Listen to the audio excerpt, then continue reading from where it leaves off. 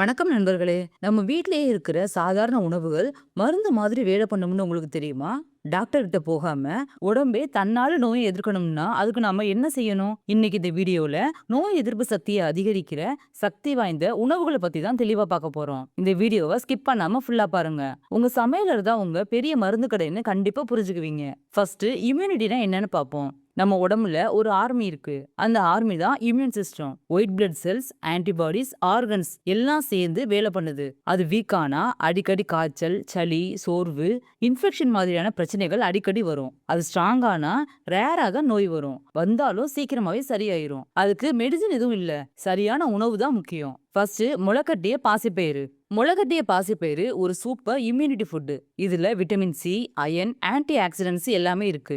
இது உடம்புல இருக்கிற ரத்த வெள்ளை அணுக்களை அதிகரிக்க உதவும். காலையில வெறும் வயித்துல ஒரு கிண்ண அளவு சாப்பிட்டாலே போதும். அடுத்ததா சிட்ரஸ் பழங்கள். விட்டமின் சி அதிகமா உள்ள உணவுகள் இம்யூனிட்டிக்கு ரொம்பவே முக்கியம். ஆரஞ்சு, லெமன், சாத்துக்குடி, நெல்லிக்காய் இந்த பழங்கள்ல விட்டமின் சி அதிகமா இருக்கு. உடம்புல ஏற்படுற இன்ஃபெக்ஷனை குறைக்கும். சளி, காய்ச்சல் வராம பாதுகாக்கும். ஒரு நாளைக்கு ஏதாவது ஒரு பழம் மட்டும் சாப்பிட்டாலே போதும். அடுத்ததா பூண்டு. பூண்டை நேச்சுரல் ஆன்டிபயோட்டிக்னு சொல்லலாம். இது வைரஸ், பாக்டீரியாவை எதிர்த்து போராடும். ரத்த ஓட்டத்தை சீராக்கும். இம்யூனிட்டி செல்ஸை ஆக்டிவா வைக்கும். ஒரு நாளைக்கு 1 to 2 பூண்டு பற்களை சாப்பிட்டாலே போதும். அடுத்ததா வெங்காயம். வெங்காயத்துல குவார்சிட்டின்ற சக்தி வாய்ந்த ஆன்டி ஆக்சிடென்ட் இருக்கு. இது உடல் அலர்ஜியை குறைக்கும். இம்யூனிட்டி ரெஸ்பான்ஸ் அதிகரிக்கும். ராவா சாப்பிட்டா இன்னும் நல்லது. அடுத்ததா தயிர். நம்ம குடல் ஆரோக்கியம் தான் இம்யூனிட்டிக்கு அடிப்படை. தயிர்ல இருக்கிற ப்ரோபயோட்டிக்ஸ் நல்ல பாக்டீரியாவை வளர்க்கும். குடல் சக்தியை மேம்படுத்தும். நோய் எதிர்ப்பு சக்தியை உயர்த்தும். ஒரு நாளைக்கு ஒரு கிண்ண அளவு தயிர் சாப்பிடுறது ரொம்ப நல்லது.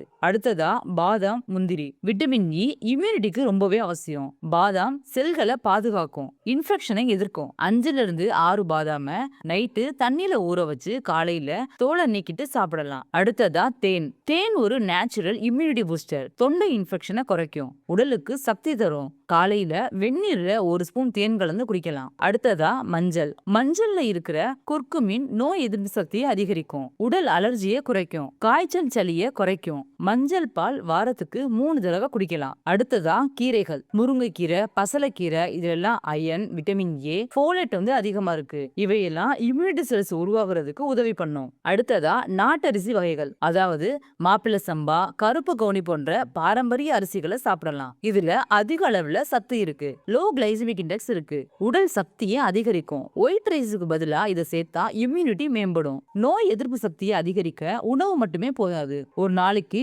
7 to 8 மணி நேரம் கண்டிப்பா தூங்கணும். டெய்லி 30 நிமிஷம் கண்டிப்பா எக்ஸசைஸ் பண்ணணும். போதுமான அளவு தண்ணி குடிக்கணும். இவையெல்லாம் அவசியம் பண்ணுங்க. நோய் வந்ததுக்கு பின்ன மருந்து தேடாதீங்க. நோய் வராத மாதிரி வாழ்க்கை முறையை மாத்துங்க. இந்த வீடியோ கண்டிப்பா உங்களுக்கு யூஸ்ஃபுல்லா இருந்திருக்கும். இந்த வீடியோ உங்களுக்கு பிடிச்சிருந்துச்சுன்னா லைக் பண்ணுங்க, ஷேர் பண்ணுங்க.